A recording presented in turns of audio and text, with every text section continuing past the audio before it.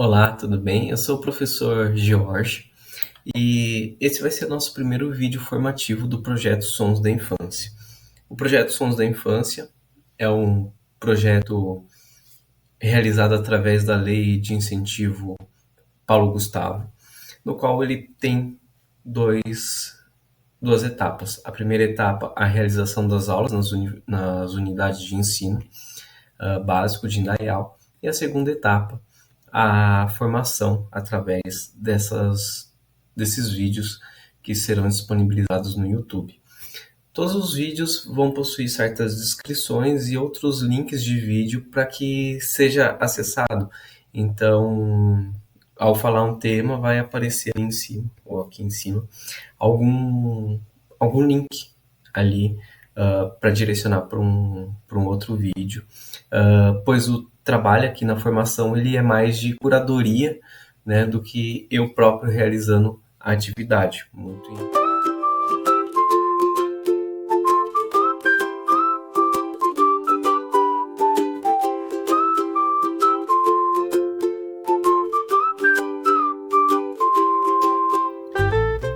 Eu, né, como eu disse, sou o professor Jorge Luiz. Eu sou graduado em Filosofia, em Geografia e tenho pós em Ensino de Filosofia, Musicalização e Ensino de Música.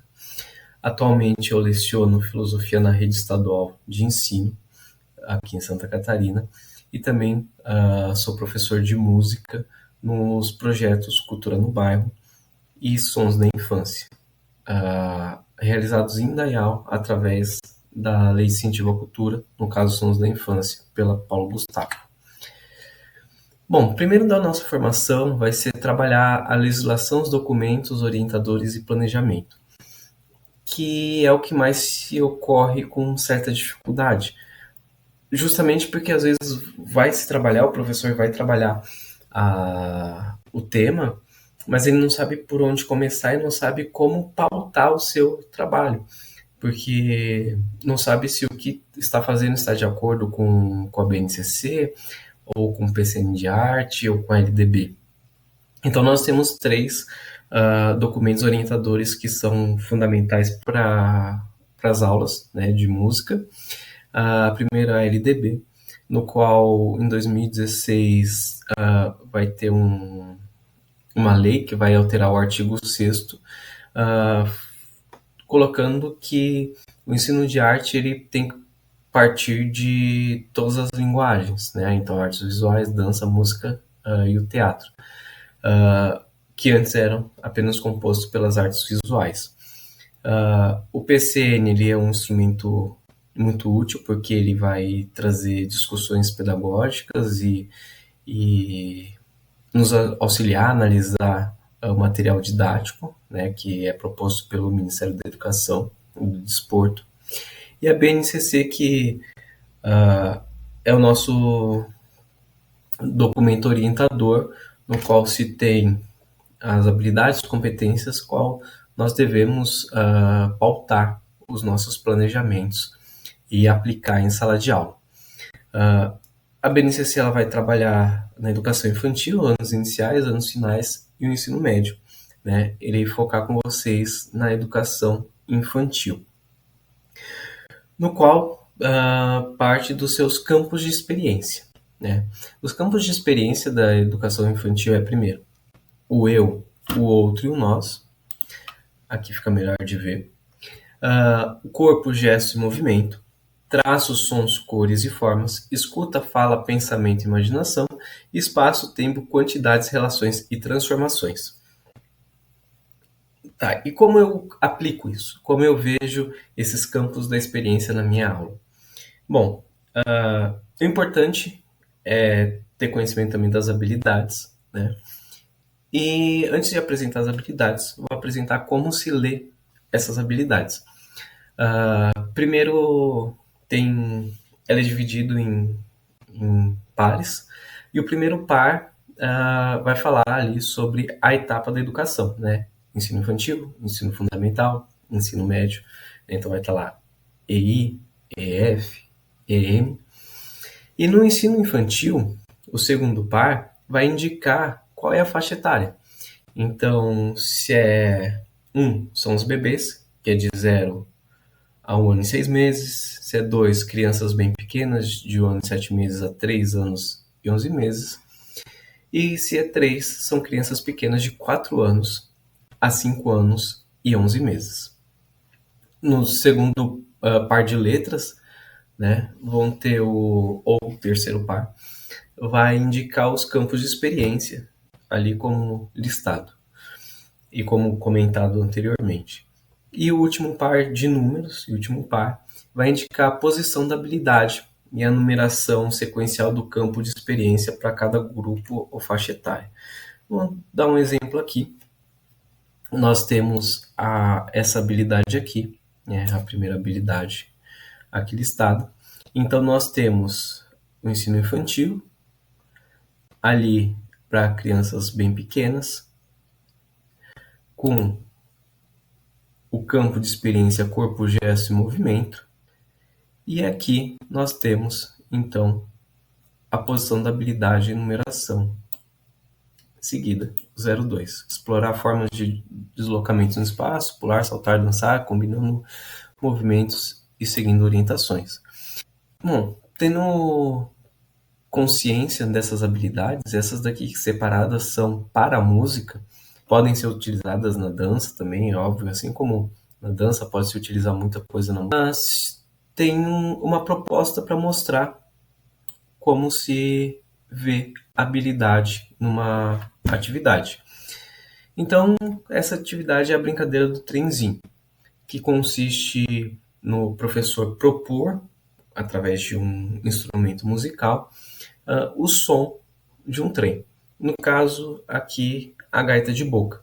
Então, o professor vai lá, propõe o som da gaita de boca, e ele vai trabalhar os andamentos, né, lentos, moderados e rápidos, e a noção de ritmo com os alunos que vão ficar atrás um do outro, formando um trenzinho e acompanhando a velocidade da música. Também pode colocar outros instrumentos ali e montar esse trenzinho trabalhando esses ritmos ali. Bom, quais habilidades eu vou usar?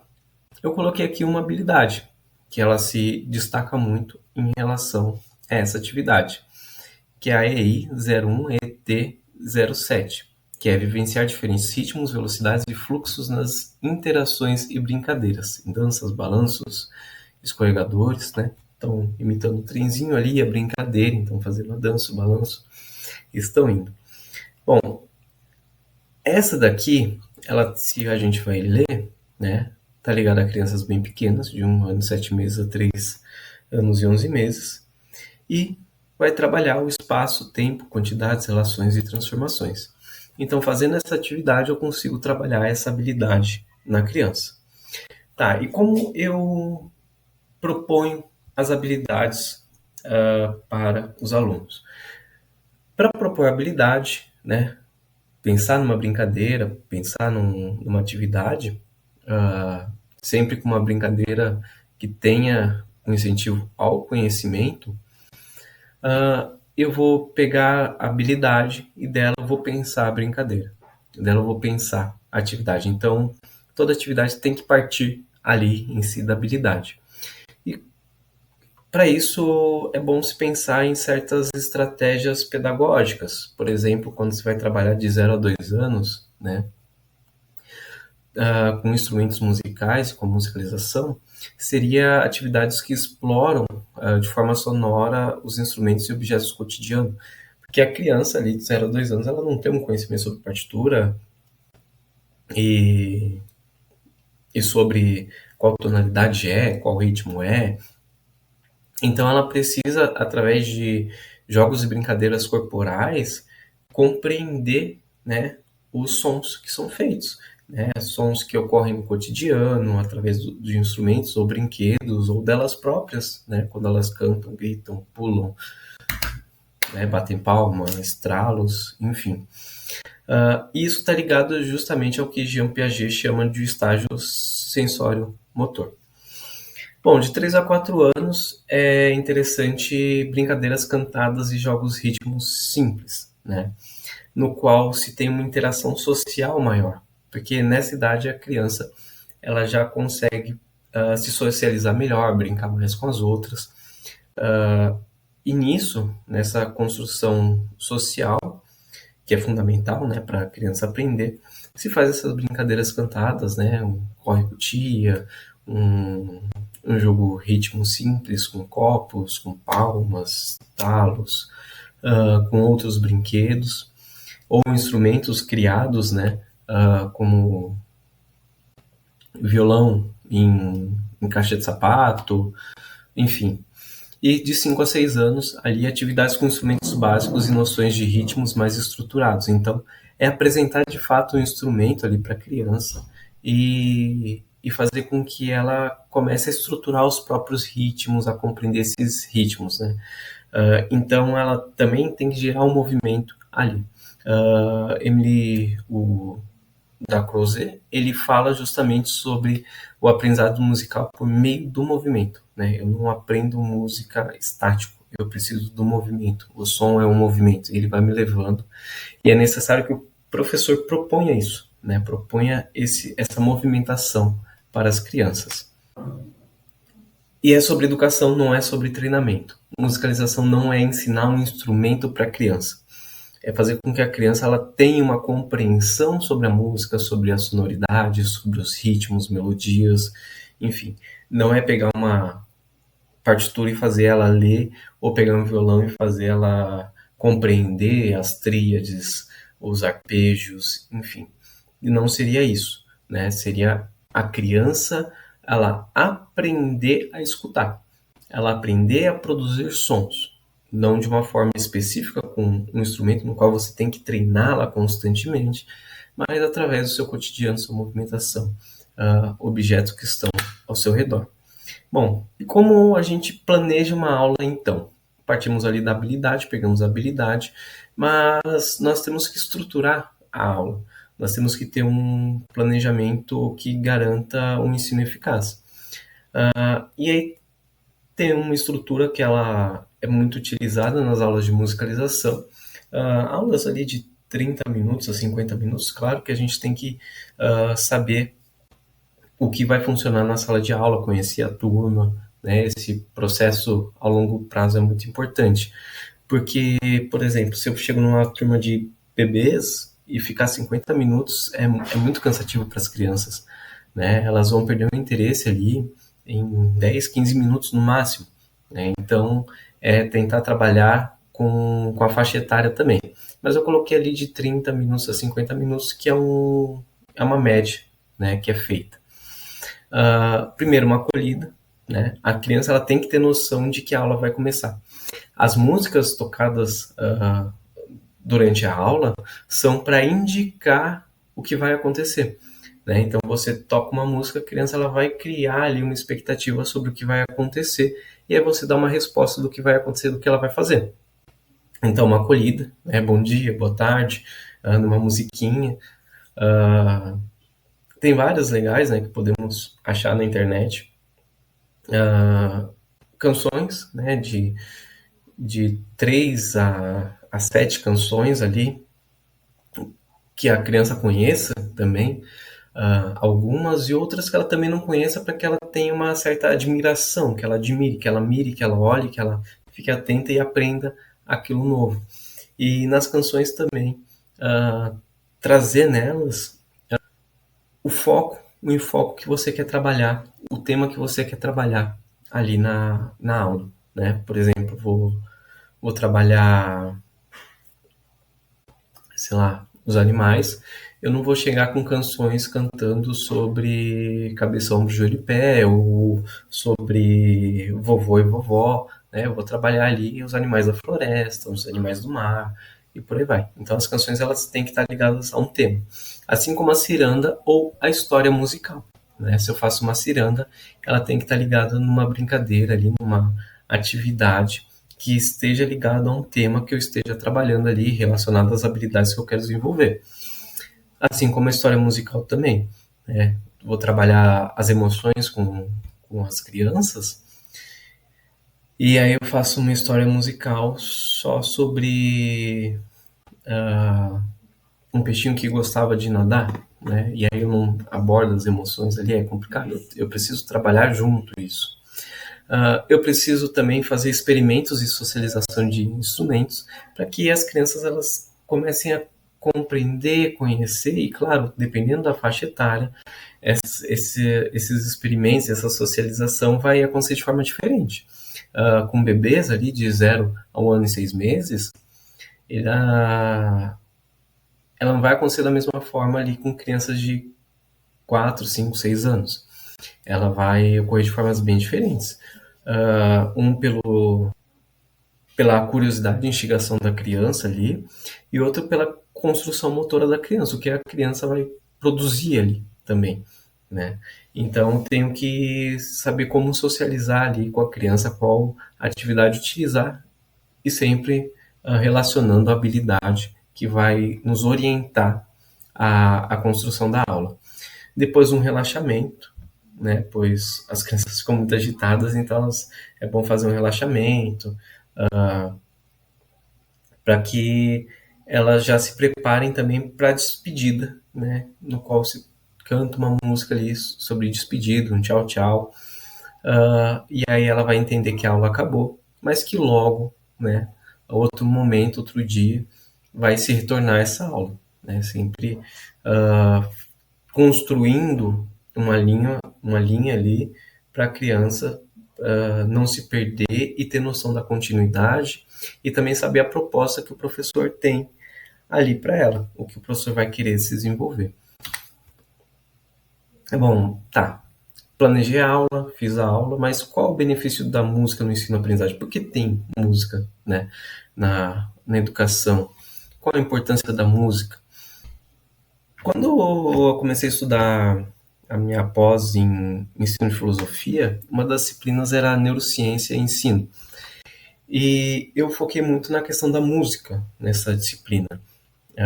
Como a música auxilia no desenvolvimento de sinapses, né, na junção de neurônios, fazendo com que o indivíduo crie mais memórias, desenvolva melhor os seus afetos, suas emoções e sentimentos, né, construa melhor isso, enfim. E nessa construção, uma das ideias interessantes que surgem ali, e que eu me assustei até, é que todos nós seres humanos, nascemos com 86 bilhões de neurônios. Isso significa que todos nascem com uma quantia, claro, próxima, e o que vai fazer com que o indivíduo se construa ali em sua totalidade e capacidade é a junção desses neurônios que são as sinapses, porque o cérebro ele funciona num conjunto, numa rede, né, de conhecimento, de informações que vai passando e vai desenvolver nosso conhecimento, nossas habilidades, nossas inteligências, né? Sabemos que não existe só um tipo de inteligência, são várias, né? Por exemplo, tem gente que tem uma inteligência matemática muito boa, mas não tem uma inteligência espacial muito boa, né? Ou que é um atleta, tem essa inteligência espacial, mas quando vai ter um raciocínio lógico ali, dedutivo, ele não tem com tanta facilidade, enfim, né? São inteligências diferentes, né? Podemos abarcar mais do que uma inteligência também.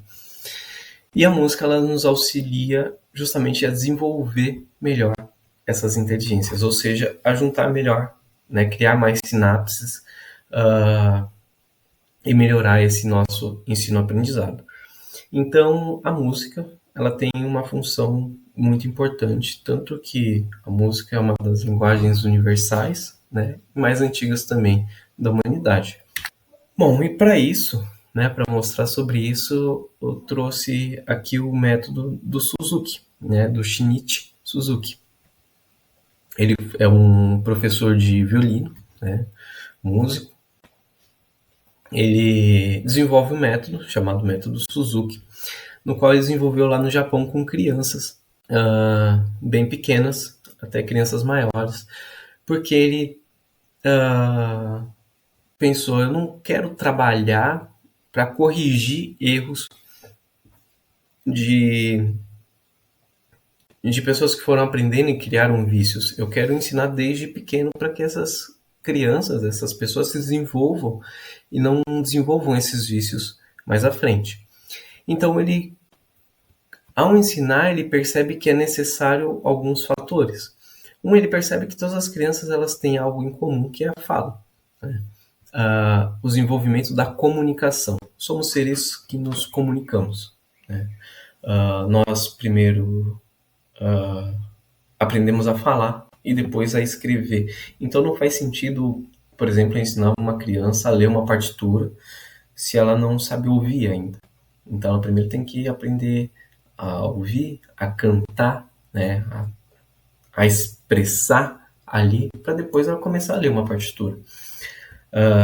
Então na musicalização eu vou fazer esse primeiro processo de fazer ela aprender a ouvir, aprender a se expressar, a se comunicar, para depois, né, ir para uma aula de algum instrumento mais específico, ou mais para frente começar, né, com o próprio professor mesmo, aprender a leitura de partituras. E o Suzuki, ele fala que como as crianças elas necessitam de um estímulo e elas aprendem por imitação, então é necessário que a família também, a comunidade esteja presente no ensino. Então ele vai ensinar o violino não só para a criança, mas ele vai ensinar também para os pais da criança, para que os pais treinem e a criança se espelhe ali e acompanhe os pais. Então é um processo integrado entre a comunidade, né, o ensino no geral, a comunidade e a escola, né, e o professor ele vai ser aquele que vai orientar, que vai desenvolver as noções para que os pais e os alunos acompanhem e desenvolvam ali. Bom, e ele tem algumas frases que são bem importantes. Uma delas é que todas as crianças são capazes de aprender, porque somos seres comunicativos, né? Faz parte da natureza humana a comunicação. Então ele parte desse princípio de que todos são capazes de aprender. E ele vai falar também que se a criança ela começa desde o dia do seu nascimento a ser educada, ela vai se desenvolver num alto grau de conhecimento. Se desde a barriga ali da mãe na gestação, a criança tem uma história, um histórico, um desenvolvimento com música, porque ela já, a partir de uma certa idade gestacional, ela já começa a escutar e a dar respostas aos estímulos sonoros, ela vai, desde aquele momento, continuando, ela vai se desenvolver muito, né, na noção do conhecimento, principalmente na questão musical. Então ele fala que a participação também, o comprometimento dos pais é decisiva para o sucesso do trabalho, da aula. Ou seja, se o pai está presente, a mãe está presente, né, os pais estão presentes e auxiliando ali a criança ela tem um sucesso maior, né, no ensino-aprendizagem. É necessário essa participação, né, da comunidade na vida do aluno. E aqui é um filme dele, que é Educação é Amor, no qual é um documentário que fala sobre a sua vida e a sua obra. Vale muito a pena assistir, porque dá muitos insights de atividades também que podem ser trabalhadas ali. Claro que ele é direcionado a um instrumento, né? Mas ele sempre parte ali da noção da musicalização em si, do escutar, do expressar primeiro, para depois aprender as técnicas do instrumento. Então, primeiro eu tenho que ter uma primeira noção, uma primeira compreensão. Primeiro eu falo e depois eu aprendo a ler e a escrever. Bom, esse é o referencial utilizado na formação, além, né, de todos os outros que irão aparecer nas descrições, como já falado antes, né? Aparecerão alguns links, ou já apareceram alguns links, e na descrição ali embaixo vai ter links e vídeos de como montar alguns instrumentos, de como planejar uma aula, né? Várias atividades, algumas teses e dissertações de mestrado e doutorado que possuem, né, essa noção da BNCC no ensino de musicalização, sobre neurociência também, a importância da música, o desenvolvimento da música, o Muscat, ali, que eu trouxe da Neurociência e Desenvolvimento Humano, ele fala muito da música na escola, e também ele traz, num dos seus ensaios, um estudo justamente sobre crianças que se superaram alguma doença, né, que era tido como degenerativa ou que não tinha como retornar, superaram essa doença através, né, do ensino da música, né, praticando um instrumento. Tchau. Muito obrigado.